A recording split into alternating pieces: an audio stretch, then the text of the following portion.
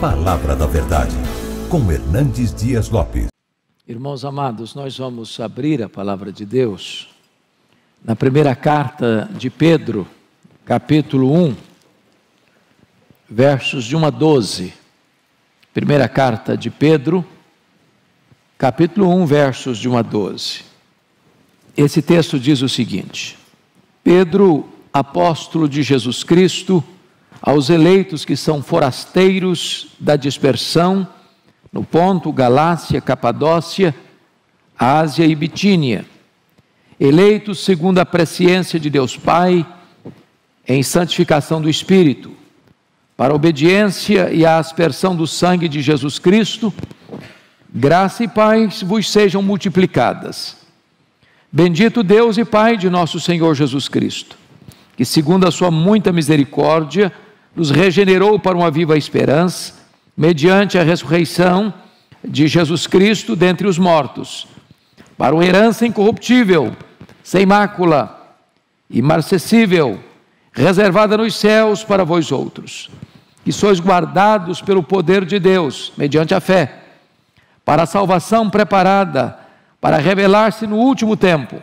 Nisso exultais, embora no presente, por breve tempo, se necessário, sejais contristados por várias provações, para que, uma vez confirmado o valor da vossa fé, muito mais preciosa do que ouro perecível, mesmo apurado por fogo, redunde em louvor, glória e honra na revelação de Jesus Cristo, a quem não havendo visto, amais, no qual, não vendo agora, mas crendo, exultais com alegria indizível e cheia de glória, obtendo o fim da vossa fé, a salvação da vossa alma. Foi a respeito dessa salvação que os profetas indagaram e inquiriram, os quais profetizaram acerca da graça a vós outros destinada, investigando atentamente qual a ocasião ou quais as circunstâncias oportunas indicadas pelo Espírito de Cristo que neles estava, ao dar de antemão testemunho sobre os sofrimentos referentes a Cristo e sobre as glórias que os seguiriam. A eles foi revelado que para si mesmos, que não para si mesmos, mas para vós outros, ministravam as coisas que agora vos foram anunciadas por aqueles que pelo Espírito Santo, enviado do céu, vos pregaram o Evangelho, coisas essas que anjos anelam perscrutar. Meus amados, eu gostaria então de, à luz desse texto, tratar com vocês sobre o tema salvação, um presente de Deus. O apóstolo Pedro, o remetente desta epístola, se apresenta aqui como apóstolo de Jesus Cristo. Ele lidera todas as listas dos apóstolos, contida nos evangelhos. Ele era um pescador, ele nasceu em Betsaida, ele era irmão de André, casado, e era um empresário de pesca. Um homem impetuoso,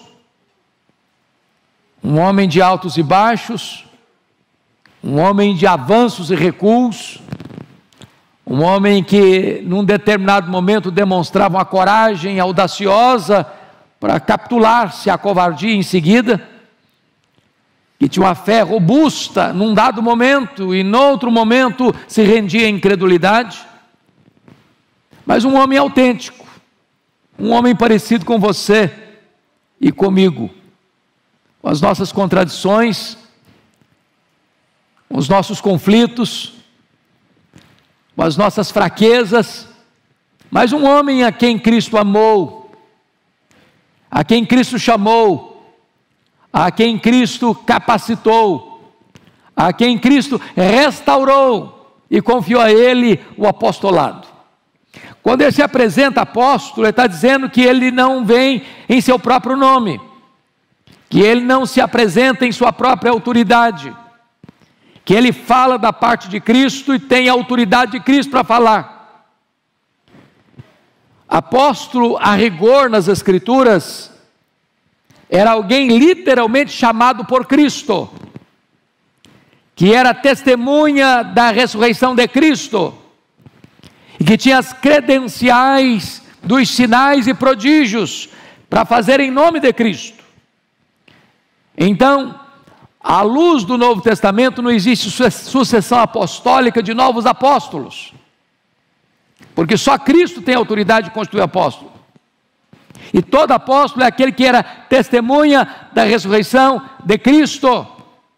Hoje nós somos uma igreja apostólica, porque seguimos a doutrina dos apóstolos. E Pedro então se apresenta como apóstolo de Jesus Cristo. E ao definir os destinatários desta carta, ele o faz de 3 maneiras.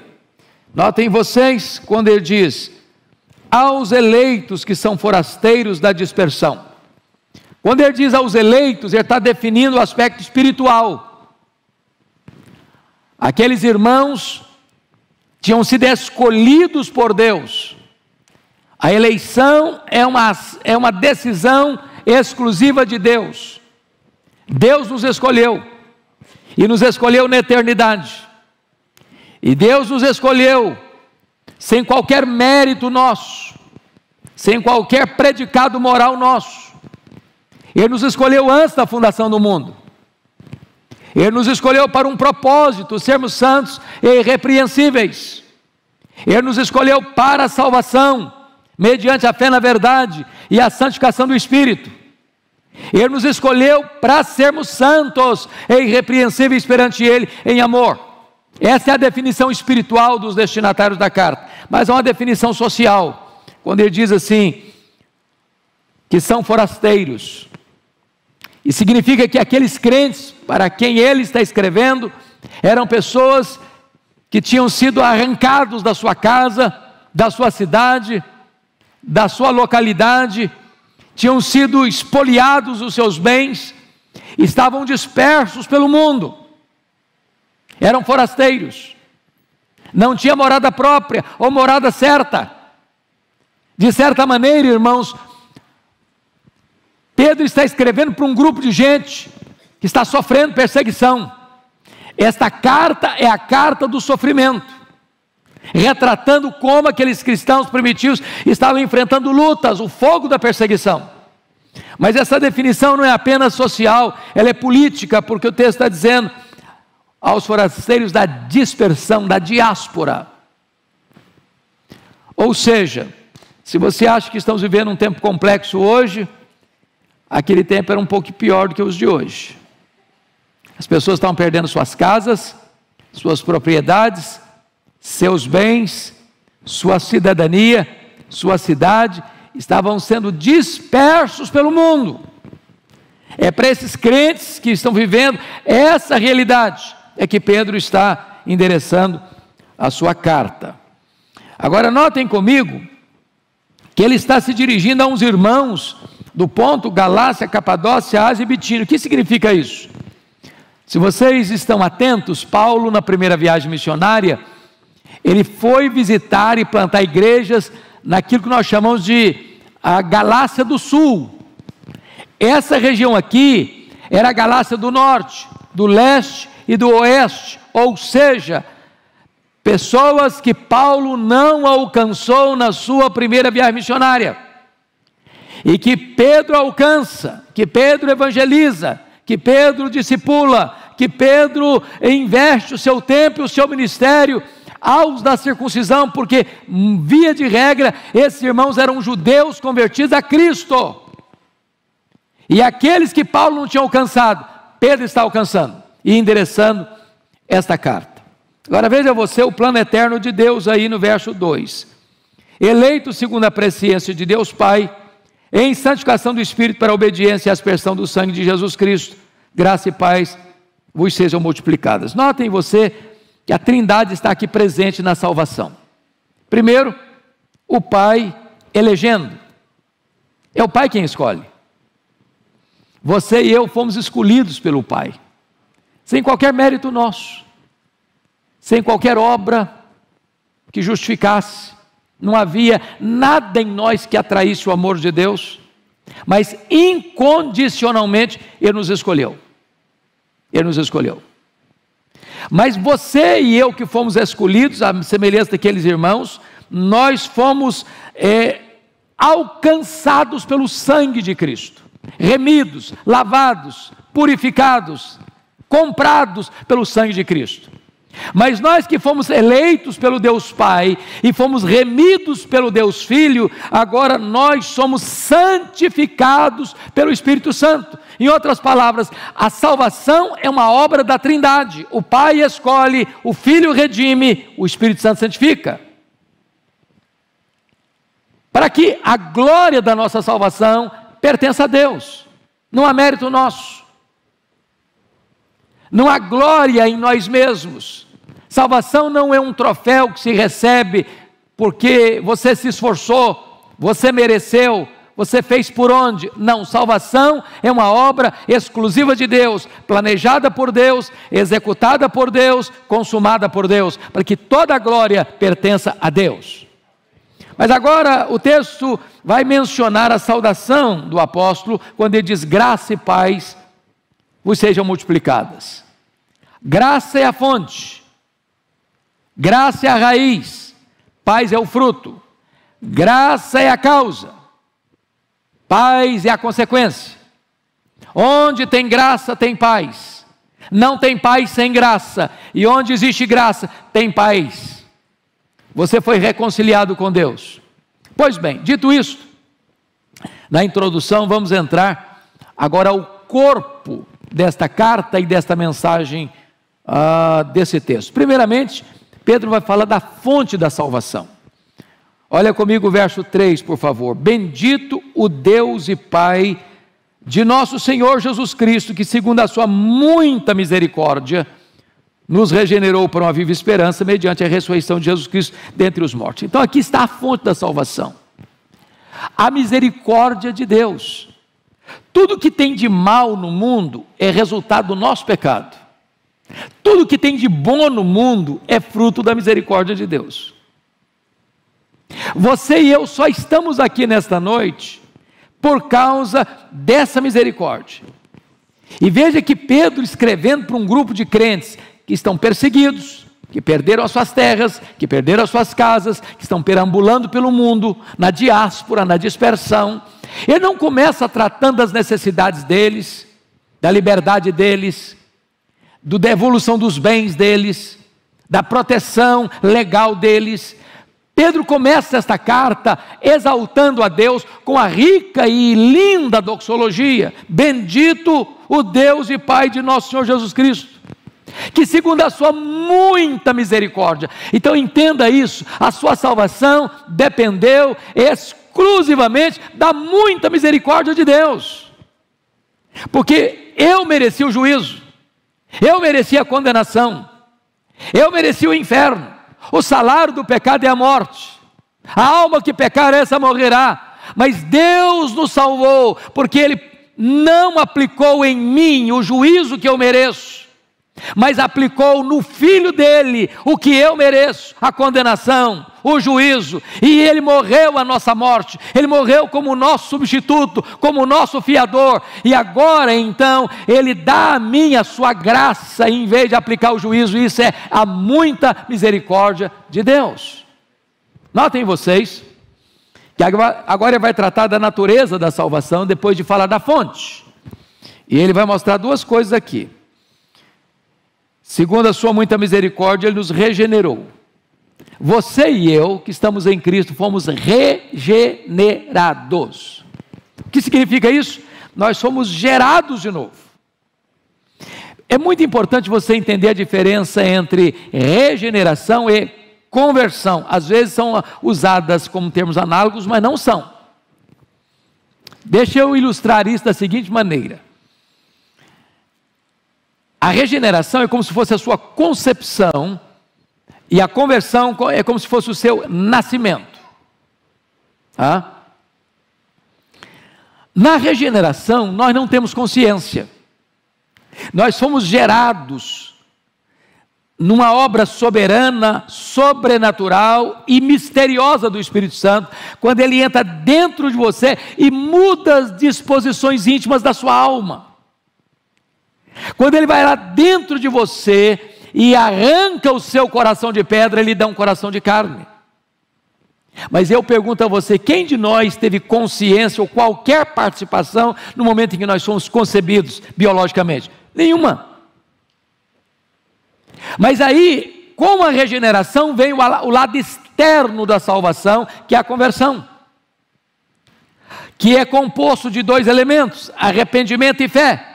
Muito embora tanto o arrependimento quanto a fé são dádivas de Deus, mas você tem consciência e participa, porque você é ordenado: arrependei-vos e crede no Evangelho.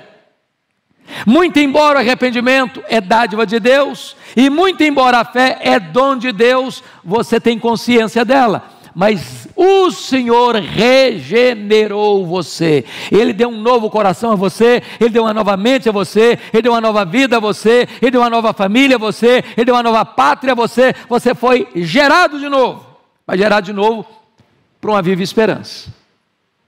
Irmãos, um mundo sem Deus não tem esperança.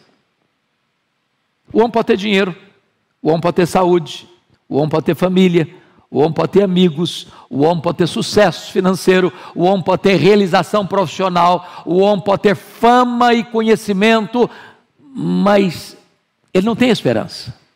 A esperança dele se limita apenas a esta vida.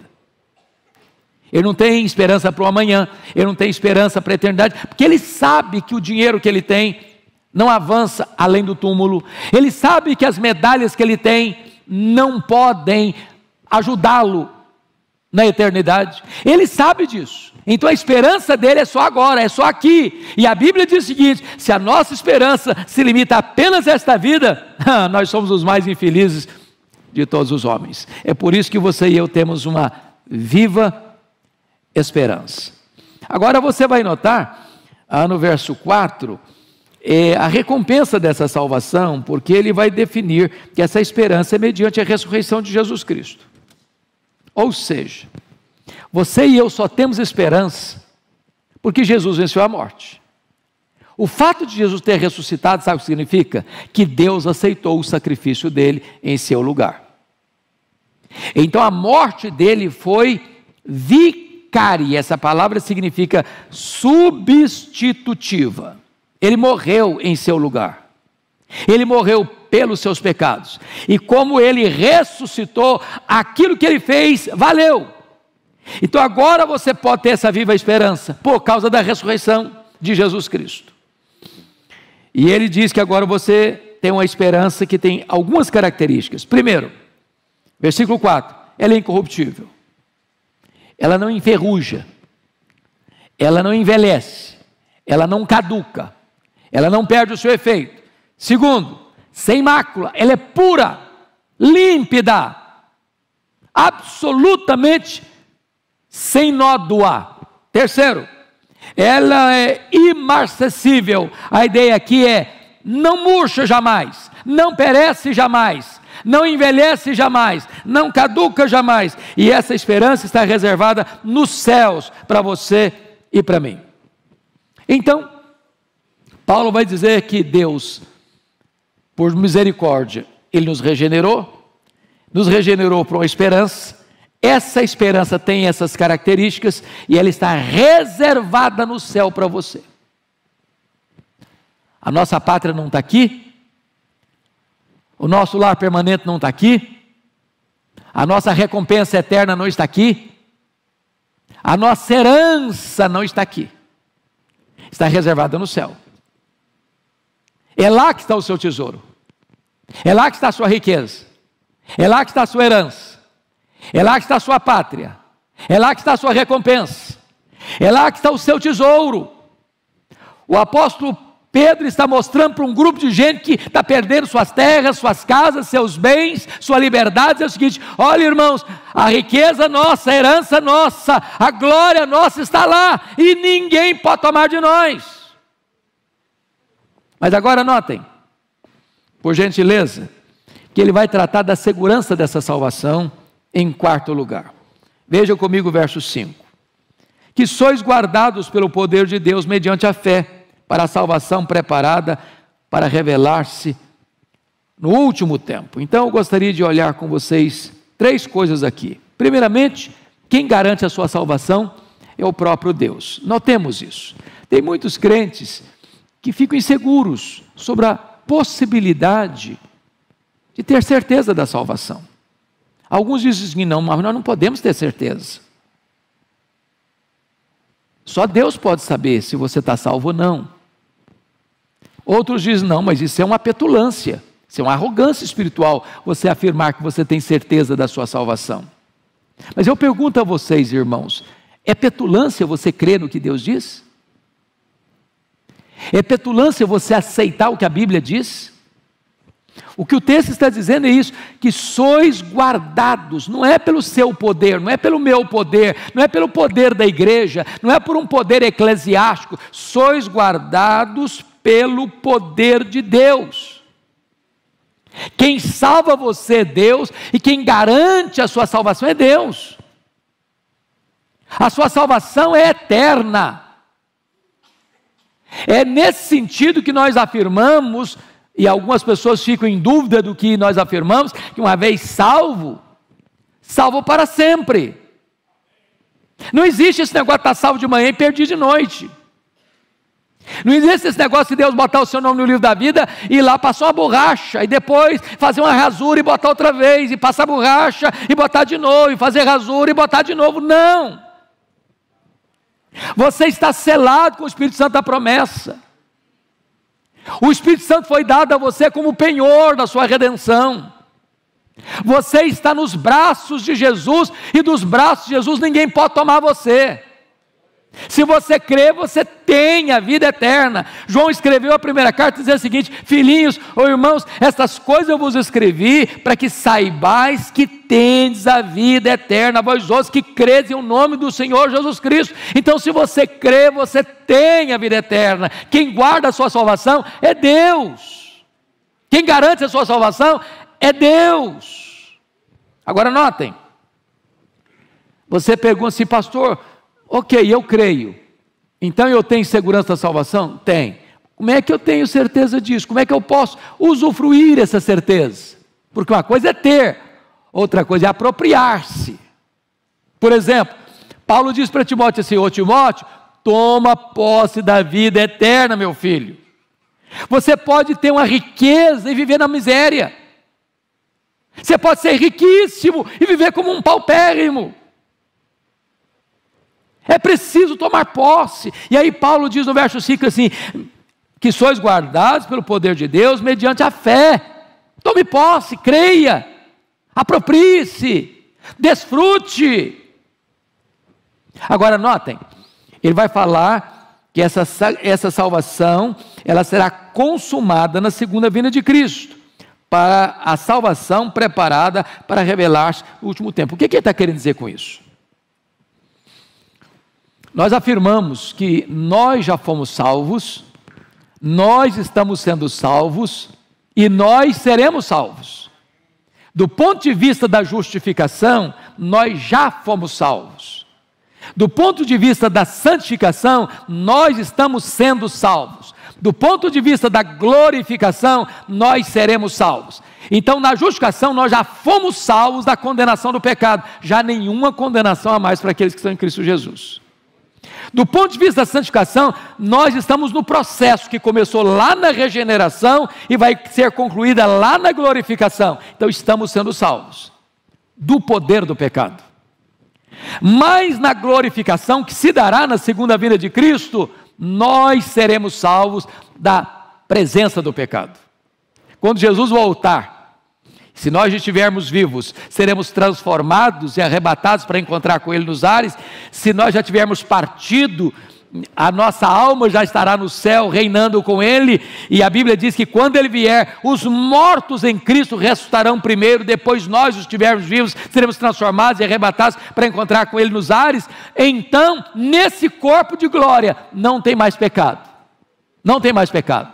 Lá no céu não entra pecado, nada contaminado vai entrar lá. É por isso que essa salvação foi preparada para se revelar plenamente no último dia. Pois bem, Dito isto, vamos ver agora um outro aspecto do texto, que é a alegria da salvação.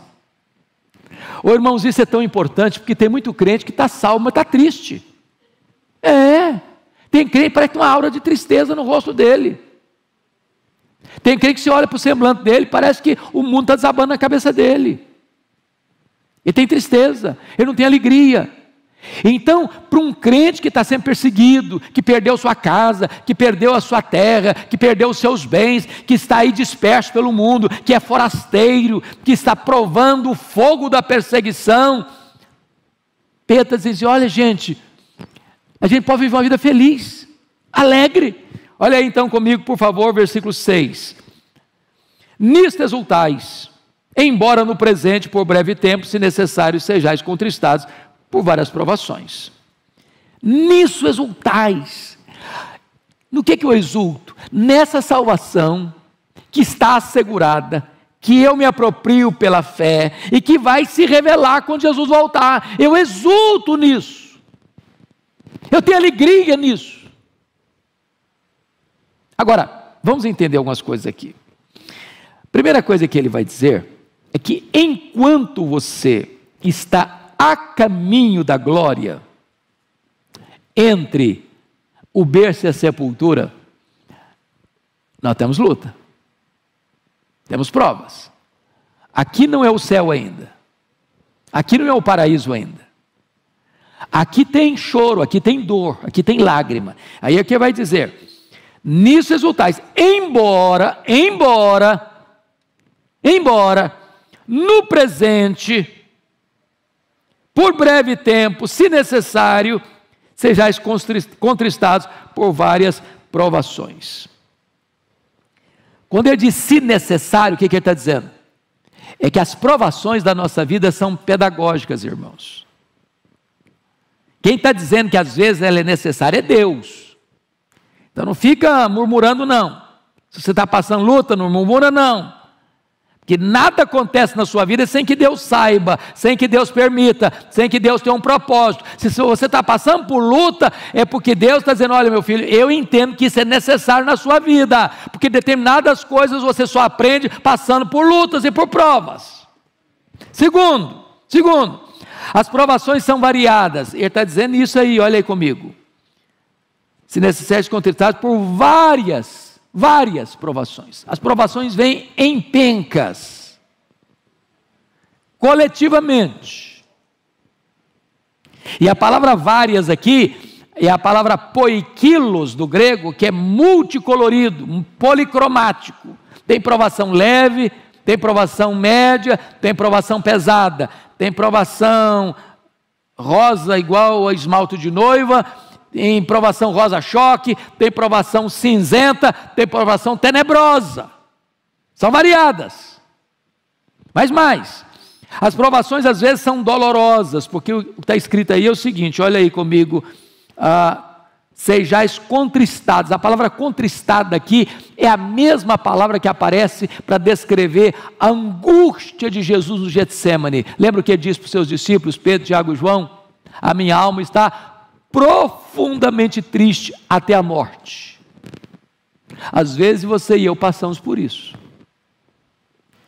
numa tristeza até a morte, e Deus está no controle, e Deus está trabalhando, e tudo isso está sendo permitido por Deus e usado por Deus para nos moldar e nos transformar à imagem de Jesus. Mas mais, as provações, além disso, vejam vocês, elas são também passageiras, louvado seja Deus.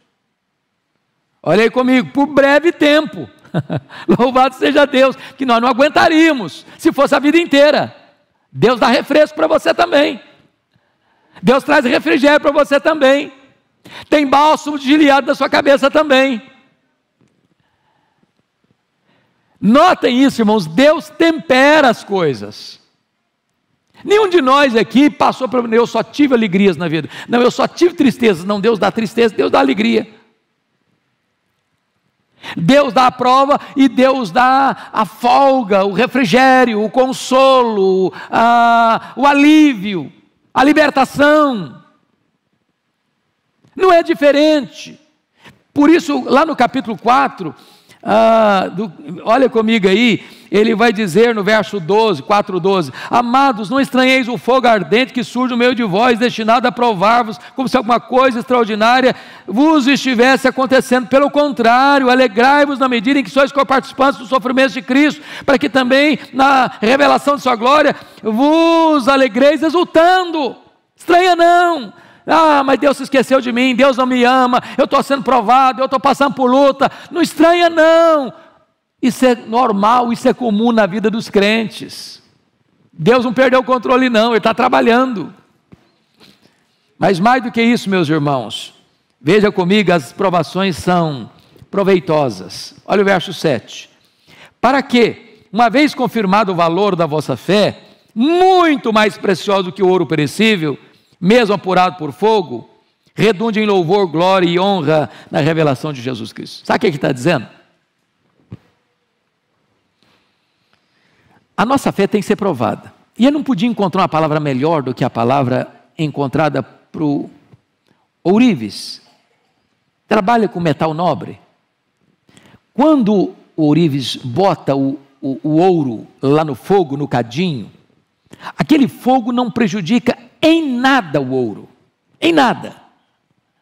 Aquele fogo só pode fazer uma coisa: derreter e destruir as escórias, as impurezas.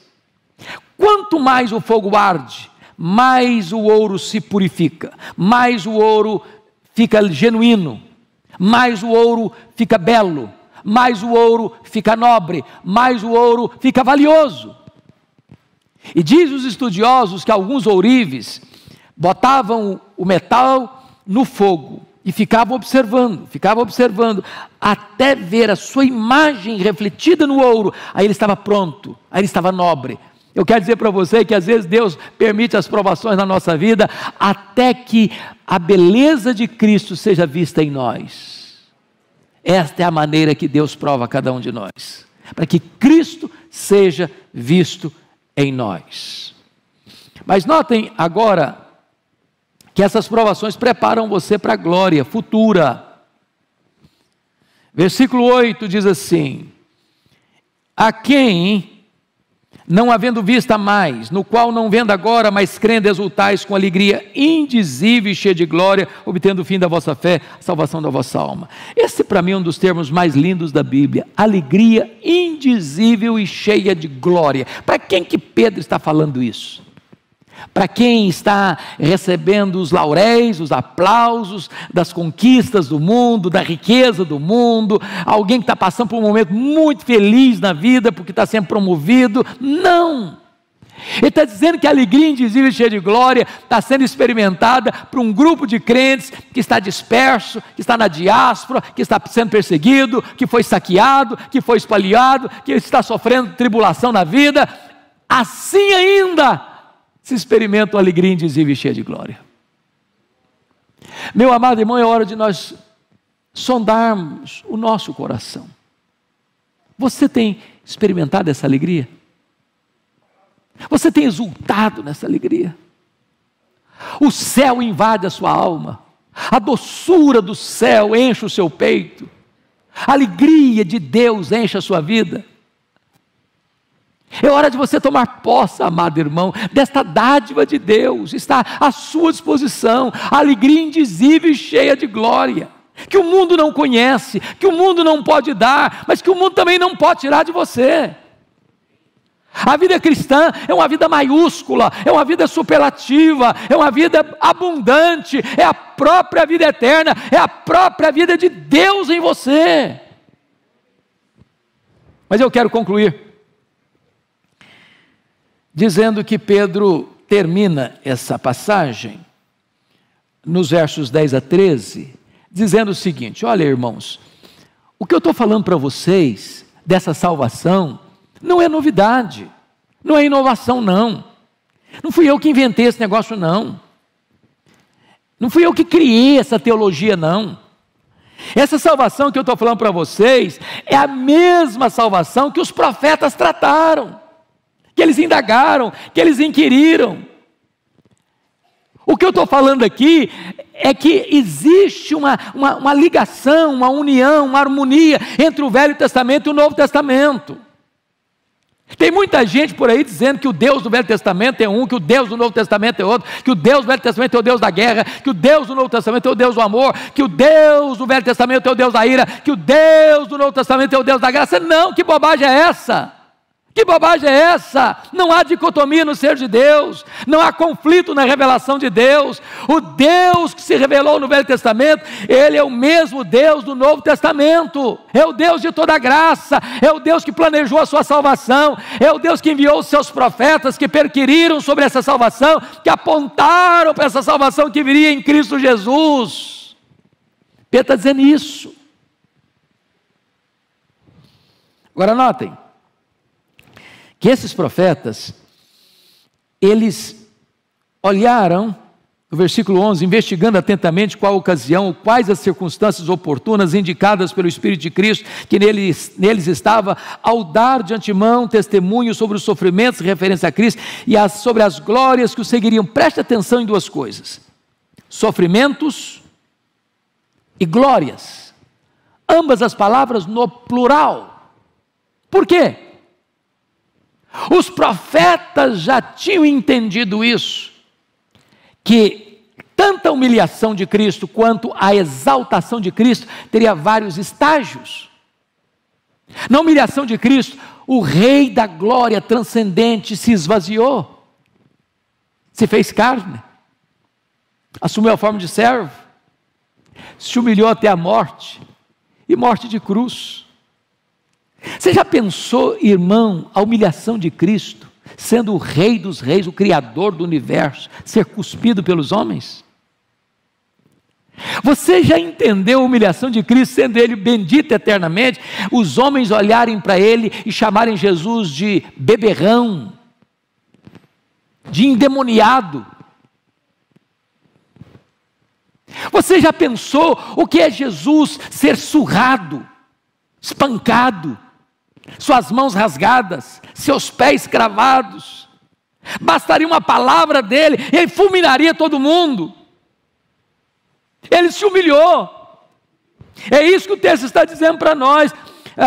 Os sofrimentos referentes a Cristo, mas também ele fala das glórias que seguiriam esse sofrimento, ou seja, a sua ressurreição, a sua ascensão, o fato de ele estar sentado à direita da majestade, o fato de ele ter derramado o Espírito Santo, o fato de ele estar no trono governando as nações, reinando sobre os impérios do mundo e dominando e dirigindo a sua igreja, o fato de ele voltar em glória para buscar a sua noiva.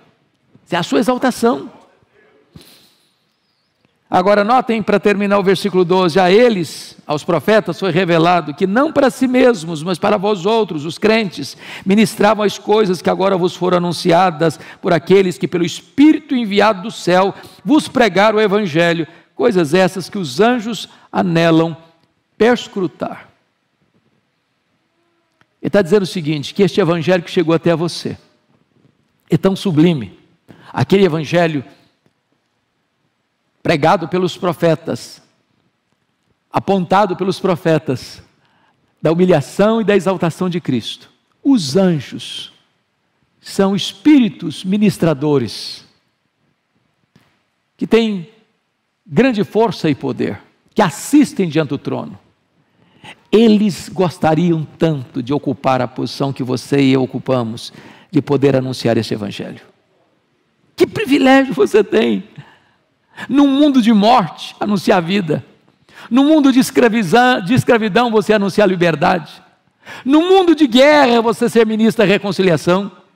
Num mundo de conflitos, você ser o embaixador da paz. No mundo onde as pessoas colocam seus pés para ir para as veredas do crime, seus pés são formosos porque anunciam a paz. Que privilégio! Os anjos gostariam de fazê-lo, mas Deus disse: não. Esse privilégio eu estou dando para a igreja. Esse privilégio é seu, esse privilégio é meu, esse privilégio é nosso. Esta é a grande salvação, o presente de Deus para você e para mim. Eu queria que você curvasse a sua fronte agora, fechasse os seus olhos. E eu quero fazer a você uma pergunta pessoal, nesta noite. Você já recebeu pela fé esta salvação? Você tem certeza desta salvação? Você já tomou posse da vida eterna? Segunda pergunta, você tem desfrutado desta alegria da salvação? Que Pedro chama de indizível e cheia de glória. Hoje eu quero orar por você. Quero colocar sua vida diante de Deus. Porque essa é uma noite de salvação. Você que está me acompanhando aí lá na sua casa, qualquer lugar do mundo onde você estiver. Esta é uma noite de salvação. Não há outra salvação. Como escaparemos nós se negligenciarmos tão grande salvação? Essa salvação foi planejada por Deus, ela foi executada por Cristo, ela é aplicada pelo Espírito Santo na sua vida. E agora mesmo, se você, pela fé, crer no Senhor Jesus, você recebe este presente da vida eterna. Presente que lhe é dado e nunca tomado, que você vai desfrutar para sempre, sempre. Sem dor, sem lágrima, sem luto, sem pecado, para sempre. Você gostaria que eu orasse por você nesta noite, para que você hoje tome posse desta vida eterna? Se você deseja isso, levante uma das suas mãos, eu quero orar em seu favor. Graças a Deus, graças a Deus, graças a Deus. Mais alguém? Graças a Deus, graças a Deus. Mais alguém? Louvado seja o Senhor, graças a Deus. Obrigado, filho. Graças a Deus. Vamos ficar em pé e vamos orar. Bendito é o teu nome, Senhor, porque a tua palavra nos apresenta esta dádiva maior que nenhuma riqueza do mundo pode comprar, que é a salvação, a vida eterna, que Jesus Cristo teu Filho veio trazer. Eu te peço que tu apliques esta palavra ao coração desses irmãos e irmãs que se manifestaram aqui, e onde as pessoas estiverem também se manifestaram. Que o Espírito Santo aplique esta palavra, que o Espírito Santo faça a mudança necessária aí dentro do coração, para que agora mesmo cada pessoa saia daqui com alegria, com convicção, com segurança da vida eterna, da salvação em Cristo Jesus. Oh meu Deus, guarda, preserva, protege cada pessoa, em nome de Jesus. E nós rogamos-te, ó Deus, que tu produzas no coração esta alegria, que a tua palavra diz que ela é indizível, ela não pode ser nem mesmo descrita com palavras humanas. É uma alegria tão grande que ela é cheia de glória. Bendito é o teu nome por tamanha salvação, por tão grande salvação. Nós te adoramos e nós te louvamos por isso, em nome de Jesus, amém.